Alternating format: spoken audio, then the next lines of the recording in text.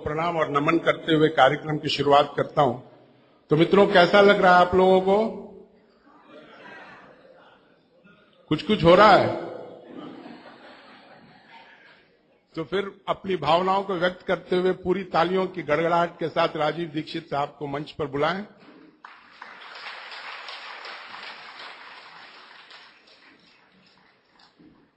एक छोटी सी और एक गंभीर बात मैं आपको बताना चाहता हूं कि जब राजीव भाई का व्याख्यान समाप्त होता है और जब प्रश्न उत्तर का दौर चलता रहता है, उस वक्त भावनात्मक जुड़ाव और विषय की गहनता जो है वो पराकाष्ठा पर होती है, बुलंदी पर होती है।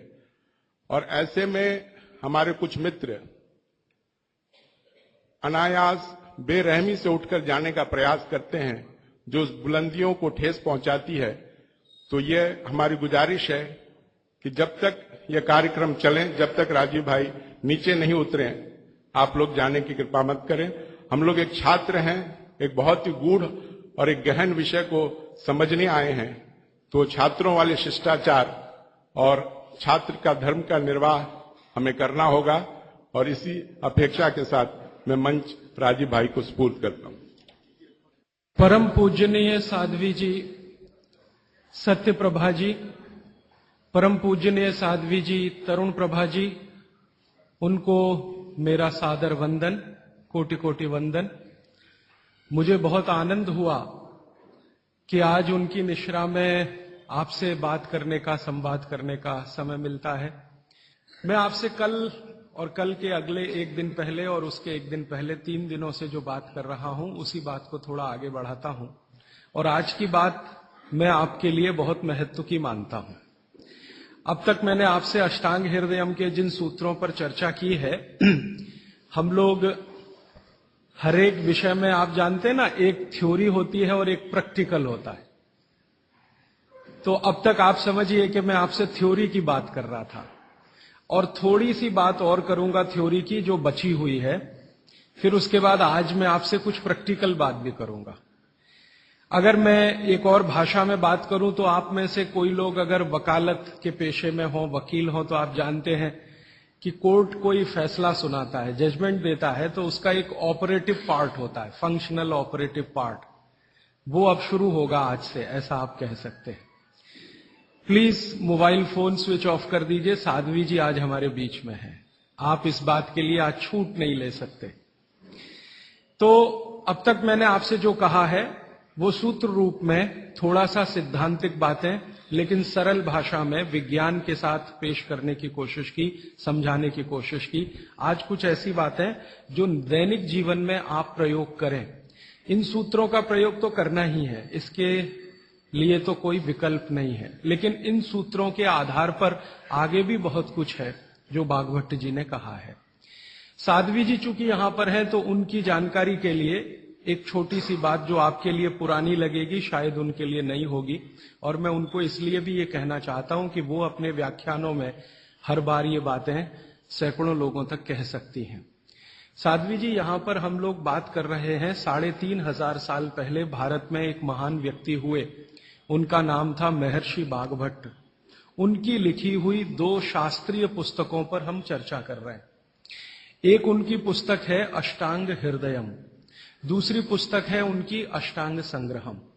ये दोनों पुस्तकों में महर्षि बागभट्ट ने 7,000 सूत्र लिखे हैं, संस्कृत में लिखे हैं। ये सूत्र हमारे जीवन से जुड़े हुए हैं। हमारे अपने जीवन में हमें स्वस्थ रहना है, निरोगी रहना है, तो इन स्वस्थ और निरोगी रहने के लिए क्या क्या करना चाहिए, ये सूत्र बागभट्ट जी ने लिखे हैं। बागभट्ट जी महर्षि चरक के शिष्य थे। चरक ऋषि का नाम हम सब जानते हैं। चरक ऋषि के वो शिष्य थे और सबसे बेहतरीन शिष्यों में उनकी गिनती होती है, सबसे इंटेलिजेंट माने जाते हैं। चरक ऋषि ने जितना शोध कार्य किया, बागभट्ट जी ने उससे भी ज्यादा किया। 135 वर्ष उनकी आयु रही। 135 वर्ष में लगभग आप समझ लीजिए 18 वर्ष छोड़कर, 18 वर्ष वो ये कहते हैं कि मैं प्राथमिक अध्ययन करता रहा, तो 18 वर्ष छोड़कर बाकी सारे वर्ष उन्होंने बहुत गहन अध्ययन में लगाए।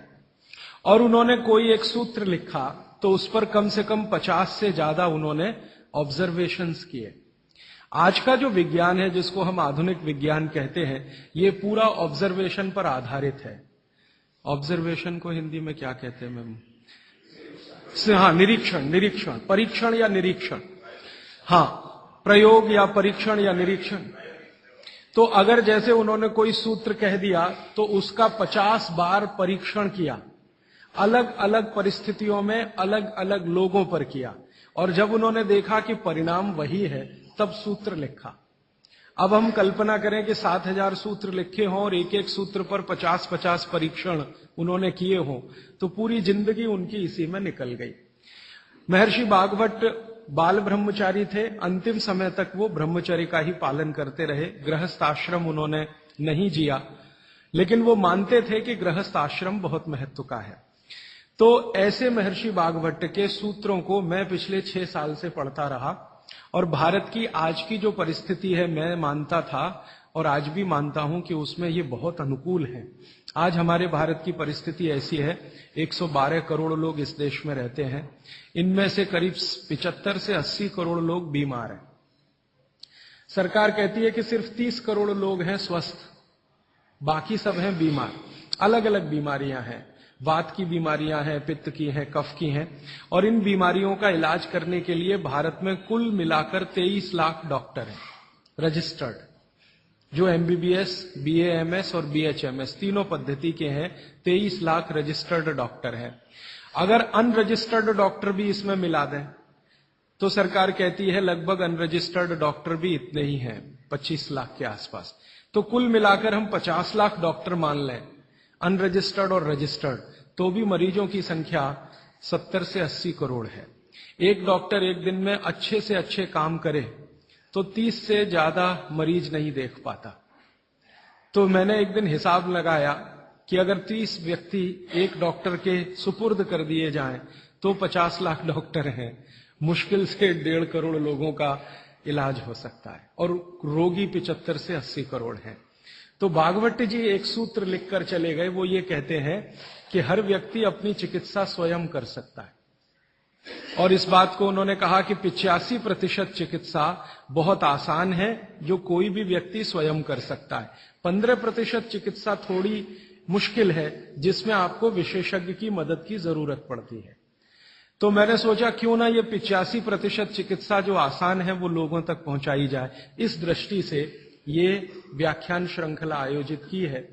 यहां पर श्रीमती प्रभा देवी जयप्रकाश जी के नाम से चलने वाला एक ट्रस्ट है, उसके मुख्य व्यक्ति मेरे साथ हैं श्री शुभकांजी दास, और उनके पुत्र हैं प्रदीप भाई, और उनके सब सहयोगी निरंजन भाई और मेघाणी जी, इन सब ने मिलकर ये आयोजन किया।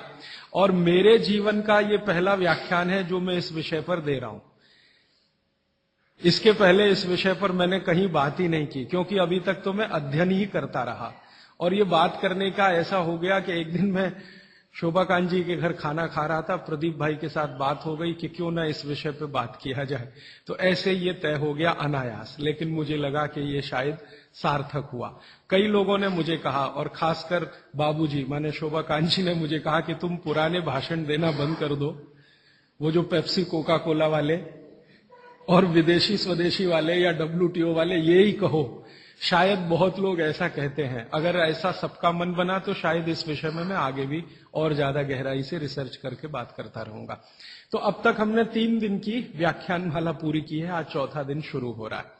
तो कल तक के जितने सूत्र थे वो एक बार मैं आपको दोहरा दूं ताकि आपको याद हो जाए। कल का सबसे पहला महत्व का सूत्र मैंने बोला था कि आप खाना खाने के बाद पानी ना पिए, पानी हमेशा 1.5 घंटे के बाद पिए। कारण मैंने उसका बहुत विस्तार से बताया था, उसमें दोबारा जाने की जरूरत नहीं है। वो पहला सूत्र था कल का। दूसरा सूत्र था कि पानी जब भी पिए तो घूट घूट भर के पिए, एक एक सिप लेकर पानी पिए, जैसे आप गर्म दूध पीते हैं या गर्म चाय या गर्म कॉफी पीते हैं, और उसका कारण भी मैंने आपको समझा दिया था। तीसरा सूत्र है कि आप जब भी पानी पिए तो ठंडा ना पिए, कभी भी ठंडा पानी ना पिए, हमेशा गुनगुना पानी पिए। वैसे जैन दर्शन में इसी को पक्के पानी की कहा जाता है, इसको बात वो बिल्कुल वैज्ञानिक है। भागवत जी भी उसका समर्थन करते हैं। हमेशा गुनगुना पानी पीने की कोशिश करें। आप में से कई लोगों ने सवाल पूछे थे कि गर्मियों में भी क्या गुनगुना पानी पिए। भागवत जी की माने तो गर्मियों में भी गुनगुना पी सकते हैं, लेकिन कोई बहुत तकलीफ आए तो मिट्टी के बर्तन का पानी आप गर्मी के दिनों में 3-4 महीने पी सकते हैं। फिर चौथा सूत्र ये था कल का कि पानी कभी भी पिए तो सवेरे उठते ही सबसे पहले जरूर पिए, माने सुबह की शुरुआत पानी से करें। और उसमें मैंने बताया था कि मुंह का कुल्ला किए बिना वो उठते ही पानी आपको पीना है, क्योंकि रात को जब आप सोते हैं तो जो कुछ भी लार मुंह में बनी है ये बहुत ही कीमती है, इसका औषधीय गुण बहुत है। और जैन दर्शन में इसको अहिंसा के साथ जोड़ा हुआ है, और वो मैंने करके भी देखा है कि सुबह की लार गलती से भी आप किसी चींटी या चींटा या मक्खी पे थूक दो, वो तुरंत मर जाएगा। सुबह की लार अगर आपने गलती से चींटी, चींटा या मक्खी पे थूक दिया, वो तुरंत मर जाता है, क्योंकि उसका औषधीय गुण बहुत प्रबल होता है सुबह सुबह। तो जैन दर्शन ने इसको अहिंसा से जोड़ा, भागवत जी ने इसको शरीर स्वास्थ्य से जोड़ा। तो ये 4 सूत्र मैंने कल आपको बताए थे, ये बहुत फंक्शनल हैं, ऑपरेटिव। इसके पहले 5 सूत्र पिछले 2 दिनों में मैंने बात की थी। आने वाले शायद एक दिन मैं सब सूत्रों को फिर से रिपीट कर दूंगा ताकि आपको भूलने ना पाए, आसानी से याद हो। अभी मैं आगे बढ़ता हूं। कल के सूत्र को आगे बढ़ाते हुए मैं एक सूत्र आपके सामने रख कहता हूं। भागवत जी कहते हैं बहुत गहरी बात। वो ये कहते हैं, ये साध्वी जी हैं इसलिए मुझे आज कहना बहुत उपयोगी भी लग रहा है इस सूत्र का। मैं सोचा था कि कल कहूंगा, लेकिन आज कह रहा हूं। भागवत जी कहते हैं कि जब आप भोजन करें कभी भी, तो भोजन का समय थोड़ा निश्चित करें। भोजन का समय निश्चित करें, ऐसा नहीं कि कभी भी कुछ भी खा लिया। हमारा ये जो शरीर है ये कभी भी कुछ भी खा लेने के लिए नहीं है। इस शरीर में जठर है, मैंने आपसे कहा, उसमें अग्नि प्रदीप्त होती है। तो भागवत जी कहते हैं कि जब जठर में अग्नि सबसे ज्यादा तीव्र हो, उसी समय भोजन करें, तो आपका खाया हुआ एक एक अन्न का हिस्सा पाचन में जाएगा और रस में बदलेगा, और रस में से मांस, मज्जा, रक्त, वीर्य, मल, मूत्र, मेद और आपकी अस्थियां, इनका विकास होगा। तो कभी भी कुछ ना खाएं। ये पद्धति भारत की नहीं है, ये यूरोप की है। यूरोप में डॉक्टर्स हैं, वो हमेशा कहते हैं कि थोड़ा थोड़ा खाते रहो, कभी भी खाते रहो। हमारे यहां ये नहीं है, थोड़ा थोड़ा खाते रहो, कभी भी खाते रहो। आपको दोनों का अंतर समझाना चाहता हूं। भागवत जी कहते हैं कि खाना खाने का समय निर्धारित करें, और समय निर्धारित होगा उससे जब आपके पेट में अग्नि की प्रबलता हो, जठर अग्नि की प्रबलता हो। भागवत जी ने इस पे बहुत रिसर्च किया, और वो कहते हैं कि 1.5-2 साल के रिसर्च के बाद उनको पता चला कि जठर अग्नि कौन से समय सबसे ज्यादा तीव्र होती है। जठर अग्नि कौन से समय सबसे ज्यादा तीव्र होती है? तो वो कहते हैं कि जब सूर्य का उदय होता है, सूर्य का जब उदय होता है, तो सूर्य के उदय होने से लगभग 2.5 घंटे तक जठर अग्नि सबसे ज्यादा तीव्र होती है।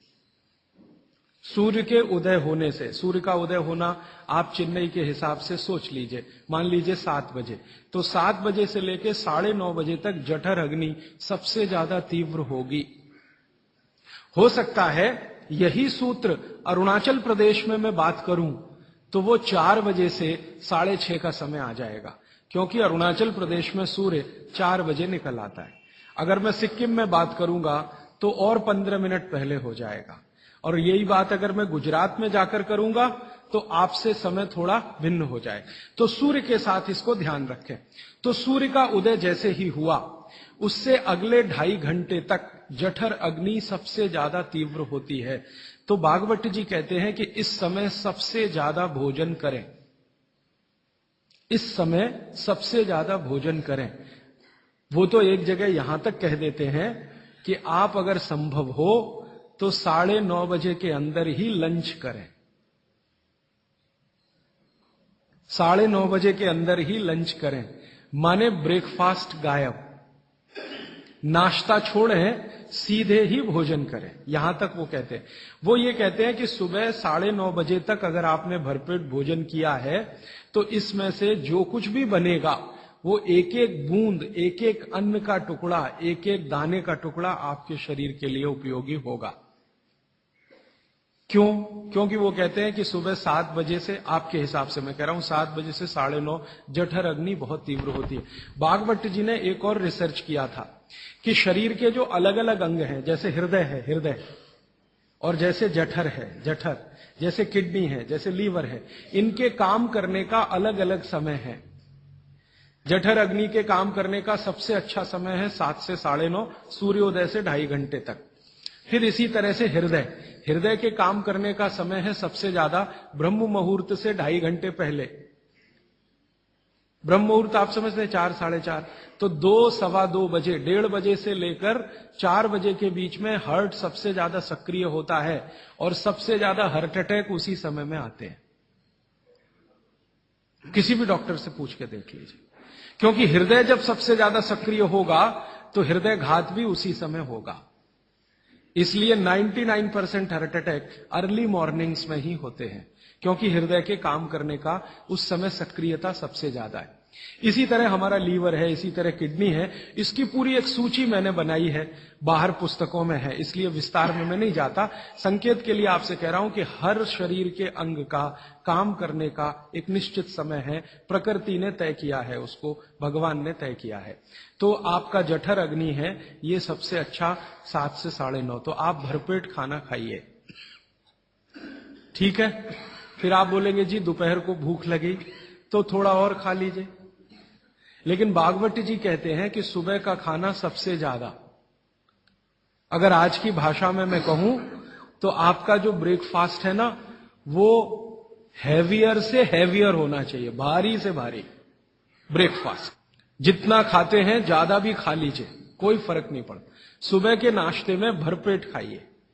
फिर वो कहते हैं दोपहर का भोजन अगर आप कर रहे हैं तो इसको थोड़ा कम करिए, नाश्ते से, दोपहर का भोजन नाश्ते से कुछ कम करिए, 1/3 कम कर दीजिए, और रात का भोजन दोपहर के भोजन का 1/3 कर दीजिए। अब सीधे से मैं कहता हूं, अगर आप सवेरे 6 रोटी खाते हैं तो दोपहर को 4 ले लीजिए और शाम को 2 ले लीजिए। अगर आपको आलू का पराठा खाना है या गोभी का पराठा खाना है, आपकी जीभ स्वाद के लिए मचल रही है, तो भागवत जी कहते हैं कि सब कुछ सवेरे खाओ। आलू का पराठा भी खाओ, गोभी का पराठा भी खाओ, मूली का पराठा खाओ, जो आपको खाना है।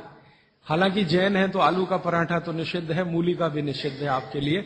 फिर अगर जो जैन नहीं है उनके लिए आपको जो ज्यादा अच्छा लगता है खाने में, मैं आपको एक वाक्य में कहता हूं, जो चीज सबसे ज्यादा पसंद है वो सुबह खाओ। रसगुल्ला पसंद है तो सुबह खाओ, रबड़ी खानी है तो पसंद है तो सुबह खाओ, जलेबी खानी है तो सुबह खाओ, इमरती खानी है तो सुबह खाओ। जो भोजन आपको सबसे ज्यादा पसंद है वो सुबह खाओ, पेट भर के खाओ। वो ये कहते हैं कि इसमें छोड़ने की जरूरत नहीं है, पेट भर के खाओ तो पेट की संतुष्टि हुई, मन की भी संतुष्टि होती है। और भागवत जी कहते हैं कि भोजन में मन की संतुष्टि पेट की संतुष्टि से ज्यादा बड़ी है। मन हमारा जो है ना, ये खास तरह की वस्तुओं से या हार्मोन से या एंजाइम से संचालित है। मन को आज की भाषा में डॉक्टर्स लोग जो गिनते हैं ना, हालांकि वो है नहीं, लेकिन उन्होंने जो कहा है वो पीनियल ग्लैंड के बारे में है। ये जो पीनियल ग्लैंड है ना, इसमें से बहुत सारा रस निकलता है, जिनको हम हार्मोन्स कह सकते हैं, कुछ एंजाइम्स हैं। ये संतुष्टि के लिए सबसे आवश्यक ग्लैंड है पीनियल ग्लैंड। तो भोजन अगर आपको तृप्त करता है, भोजन में एक तो पेट भरना है और एक तृप्त होना, तृप्त करेगा तो पीनियल ग्लैंड आपकी सबसे ज्यादा सक्रिय है, तो जो भी रस और एंजाइम चाहिए शरीर को नियमित रूप से समान अंतर पे निकलते रहते हैं। और जो भोजन से तृप्ति नहीं है तो गड़बड़ होती है पीनियल ग्लैंड, और पीनियल ग्लैंड की गड़बड़ी पूरे शरीर में पसर जाती है और आपको तरह तरह के रोगों का शिकार बना दे। अगर आप तृप्त भोजन नहीं कर पा रहे हैं तो निश्चित रूप से 10-12 साल के बाद आपको मानसिक क्लेश होगा और रोग होंगे।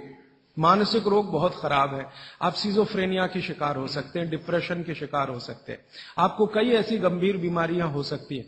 भागवत जी कहते हैं कि आप भोजन करते हुए अगर संतुष्ट नहीं है तो 27 तरह की बीमारियों से ग्रसित हो सकते हैं। उनकी पूरी सूची है, वो पुस्तक में है। कभी भी भोजन करें तो पेट तो भरे ही, मन भी तृप्त हो। और मन के तृप्त और पेट के भरने का सबसे अच्छा समय सवेरे का ही है। अब मैंने ये भागवत जी के सूत्र को चारों तरफ देखना शुरू किया तो मुझे पता चला कि मनुष्य को छोड़कर जीव जगत का हर प्राणी इस सूत्र का पालन कर रहा है, मनुष्य को छोड़कर। क्योंकि मनुष्य को मैं मूर्ख मानता हूं। हालांकि मनुष्य अपने को होशियार समझता है, लेकिन मनुष्य से ज्यादा होशियार ये जीव जगत के प्राणी हैं।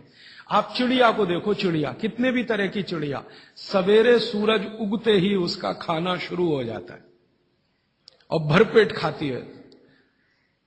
6 बजे के आसपास आप राजस्थान में निकल जाओ, गुजरात में निकल जाओ, सब चिड़िया अपने अपने काम पे लगी हुई है, खाना खाने में खूब जम के खाती है। और पेट भर गया, उसके 4 घंटे के बाद ही पानी पीती है, दोपहर को ही पानी पीती है। गाय को देखो, सुबह उठते ही सूरज जैसे ही निकलेगा गाय का खाना शुरू हो जाएगा, भैंस का खाना शुरू हो जाएगा। बकरी, बकरे, भेड़, गधा, घोड़ा सब सुबह उठते ही खाना खाना शुरू करेंगे और पेट भर के खाएंगे, छक के खाएंगे, फिर दोपहर को आराम करेंगे। तो ये सारे जानवर, सारे जीव जंतु, आप सांप को देखो, बिच्छू को देखो, कीड़ी को देखो, चींटी को देखो, चींटे को देखो, सब जानवर, सब जीव जंतु जो हमारी आंखों से दिखते हैं, जो नहीं भी दिखते हैं, ये सबका भोजन करने का समय सवेरे सूर्योदय का ही है। सूर्योदय के साथ ही ये सब भोजन करते हैं, इसलिए ये हमसे ज्यादा स्वस्थ रहते हैं। मैंने आपको कई बार ये कहा है, आप उसको हंस देते हैं, किसी भी चिड़िया को डायबिटीज नहीं होता, किसी भी बंदर को हार्ट अटैक नहीं आता। बंदर तो आपके नजदीक है ना शरीर रचना में, बस बंदर और आप में एक ही अंतर है कि उसको पूंछ है, आपको नहीं है, बाकी सब कुछ एक ही है। आपका हृदय बंदर का हृदय, आपका लीवर बंदर का लीवर, आपकी किडनी बंदर की किडनी, सब कुछ समान है। मां का गर्भाशय, बंदरिया का गर्भाशय, सब समान है, एक ही अंतर है, उसको पूछे, आपको नहीं है। तो ये बंदर को कभी भी डायबिटीज नहीं, आर्थराइटिस नहीं, कोई कुछ नहीं, कोई कुछ नहीं। मेरे एक बहुत अच्छे मित्र हैं डॉक्टर रविंद्रनाथ शानबाग, वो रहते हैं कर्नाटक में। कर्नाटक में एक उडुपी नाम की जगह है, वहां रहते हैं। बहुत बड़े प्रोफेसर हैं, मेडिकल कॉलेज में काम करते हैं। उन्होंने एक बड़ा गहरा रिसर्च किया। उन्होंने कहा कि मैंने जिंदगी भर, माने 15-16 साल उन्होंने एक रिसर्च किया कि बंदर को बीमार बनाओ। क्योंकि उन्होंने बहुत सारे वैज्ञानिकों से यह सुन रखा है कि बंदर बीमार नहीं होता, और बीमार होगा तो मरेगा ही, जीवित नहीं रहेगा। तो बंदर को बीमार बनाओ। तो उन्होंने तरह तरह के वायरस और बैक्टीरिया बंदर को डालना शुरू किया, कभी इंजेक्शन के माध्यम से, कभी किसी माध्यम से। वो कहते हैं कि मैं 15 साल असफल रहा, बंदर को कुछ नहीं हो सकता। और मैंने कहा कि आपने ये बता दिया कि ठीक है बंदर को कुछ नहीं हो सकता। वो कहते हैं कि मैंने बहुत कोशिश किया कि उसके ब्लड का कोलेस्ट्रॉल बढ़ा दूं, बढ़ता ही नहीं। तब उन्होंने एक दिन रहस्य की बात बताई, वो आपको भी मैं बता देता हूं कि बंदर का जो ब्लड है ना, उसका RH फैक्टर दुनिया में सबसे आदर्श है। और आपका RH फैक्टर जब नापता है ना कोई डॉक्टर, तो बंदर से ही कंपेयर करता है, वो बताता नहीं आपको, ये अलग बात है। कंपैरिजन बंदर से ही होता है। कारण उसका है कि उसको कोई बीमारी आ नहीं सकती, ब्लड में कोलेस्ट्रॉल बढ़ता नहीं, ट्राइग्लिसराइड कभी बढ़ता नहीं, डायबिटीज कभी होती नहीं, शुगर कितनी भी बाहर से इंट्रोड्यूस करो उसके ब्लड में टिकती नहीं। तो वो प्रोफेसर साहब कहते हैं यार ये सब एक ही चक्कर है कि बंदर सवेरे ही सवेरे भरपेट खाता है, जो आदमी नहीं खा पाता। तो वो प्रोफेसर रविंद्रनाथ शानबाग ने कुछ अपने मरीजों को कहा कि देखो भैया, बंदर की तरह से खाओ, माने सुबह सुबह भरपेट खाओ। तो उनके कई मरीज हैं जिन्होंने पर उन्होंने एक्सपेरिमेंट किया, और वो मरीज बताते हैं कि जब से उन्होंने सुबह भरपेट खाना शुरू किया, किसी की डायबिटीज माने शुगर कम हो गई, किसी का कोलेस्ट्रॉल कम हो गया, किसी के घुटने का दर्द कम हो गया, किसी के कमर का दर्द कम हो गया, किसी का कुछ, गैस बनना बंद हो गई, पेट में जलन होना बंद हो गई, नींद अच्छी आने लगी, वगैरह वगैरह सारे इंप्रूवमेंट वो बोलते हैं होते हैं। तब से वो चिल्ला चिल्ला कर कहते हैं, और ये बात भागवत जी 3500 साल पहले कहते हैं कि सुबह का खाना सबसे अच्छा, माने सबसे ज्यादा खाना है, सबसे अच्छा खाना है। जो भी स्वाद आपको लगता है वो सुबह ही खाइए। तो सुबह का खाना फिक्स करिए, समय तय करिए। तो समय मैंने आपको बता दिया, सूरज उगा और 2.5 घंटे तक, माने 9:30 बजे तक, ज्यादा से ज्यादा 10 बजे तक आपका भोजन हो जाना चाहिए। और ये भोजन तभी होगा जब आप नाश्ता बंद करेंगे। ये नाश्ता हिंदुस्तानी चीज नहीं है, ये अंग्रेजों की है। और आप जानते हैं ना हमारे यहां चक्कर क्या चल गया, नाश्ता थोड़ा कम करेंगे, लंच थोड़ा ज्यादा करेंगे, डिनर उससे भी ज्यादा करेंगे। सवा सत्यानाश, एकदम उल्टा।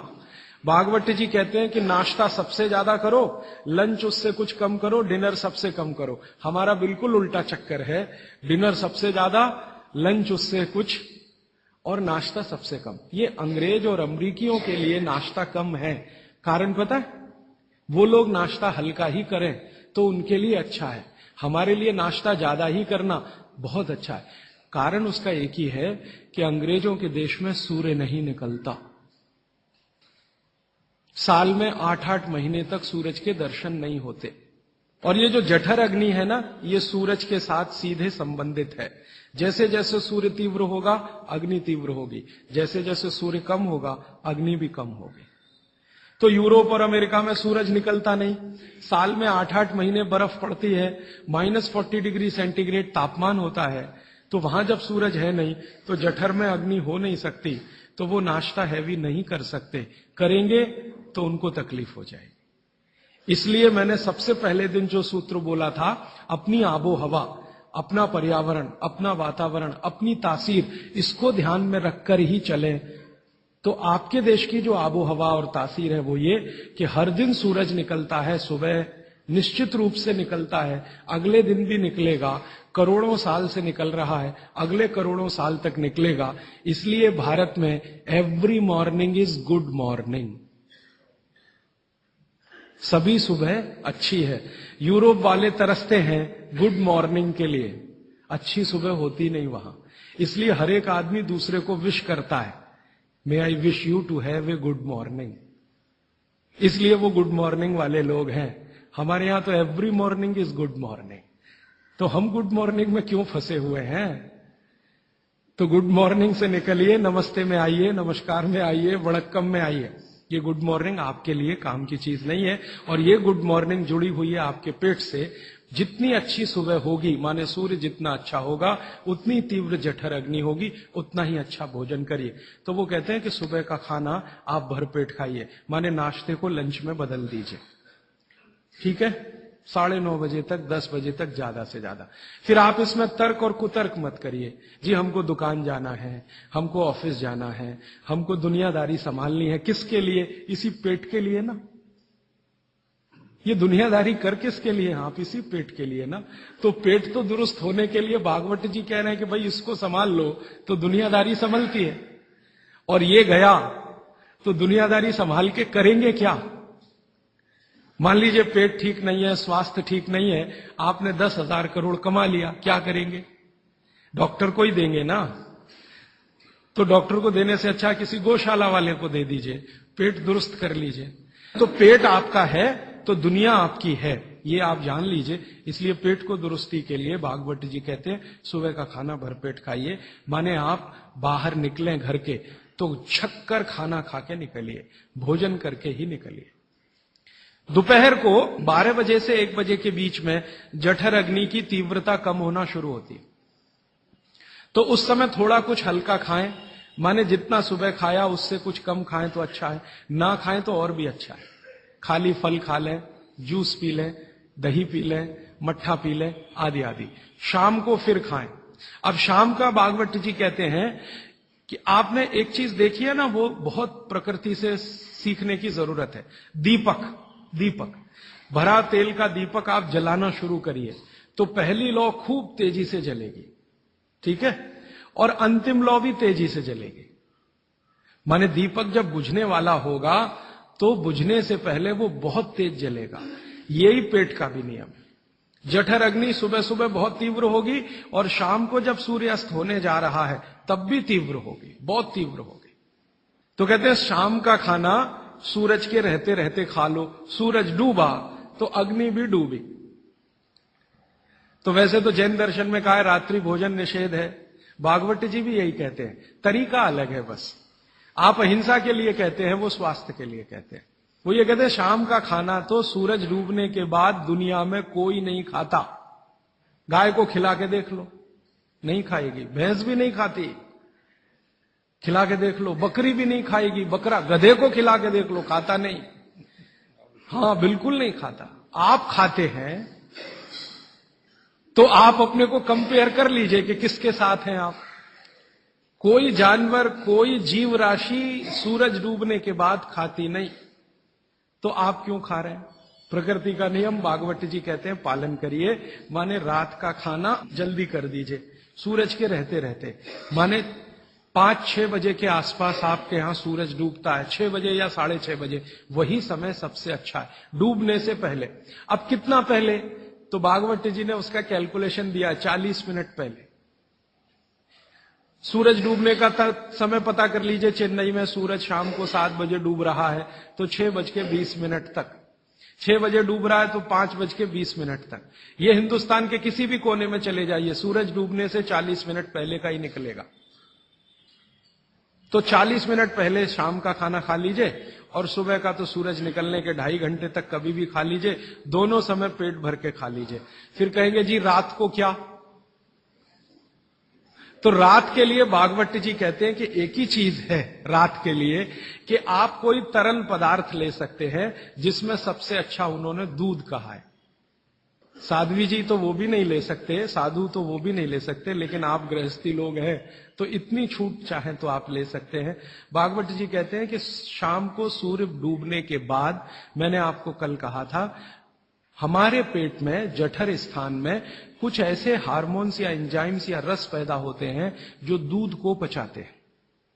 इसलिए वो कहते हैं सूर्य डूबने के बाद जो चीज खाने वाली है वो दूध है, या पीने वाला है वो दूध है। तो रात को दूध रख लीजिए, 6 बजे तक भरपेट खाना रख लीजिए। सुबह का खाना अगर आपने 9:30-10 बजे खाया तो शाम को 6 बजे खूब अच्छी सी भूख लगेगी। फिर आप कहेंगे जी हम तो दुकान पे बैठे हैं 6 बजे, तो डब्बा मंगा लीजिए, दुकान में डब्बा आ सकता है। हाँ, डब्बा आने में कोई तकलीफ नहीं है। दुकान में आप 6 बजे बैठे हैं, डब्बा आपका आ सकता है। और मैं आपको हाथ जोड़कर कह रहा हूं, आप में से कोई भी डायबिटिक पेशेंट है, कोई भी अस्थमेटिक पेशेंट है, किसी को भी बात का गंभीर रोग है, आज से ये सूत्र चालू कर दीजिए। 3 महीने बाद आप खुद मुझे फोन करके कहेंगे राजीव भाई पहले से बहुत अच्छा हूं, शुगर लेवल कम हो रहा है, अस्थमा मेरा पहले से कम हो रहा है। ट्राइग्लिसराइड चेक कर लीजिए और इस सूत्र को शुरू कर दीजिए। 3 महीने बाद फिर चेक करा लीजिए, पहले से कम होगा। VLDL, LDL आज चेक कर लीजिए, 3 महीने बाद फिर चेक करा लीजिए, बहुत तेजी से घटेगा। HDL आज चेक करा लीजिए, 3 महीने बाद चेक करा लीजिए, बहुत तेजी से बढ़ेगा। और HDL बढ़ना ही चाहिए, LDL, VLDL कम होना चाहिए। तो ये सूत्र भागवत जी का जितना संभव हो आप ईमानदारी से पालन करिए, वो आपको स्वस्थ रहने में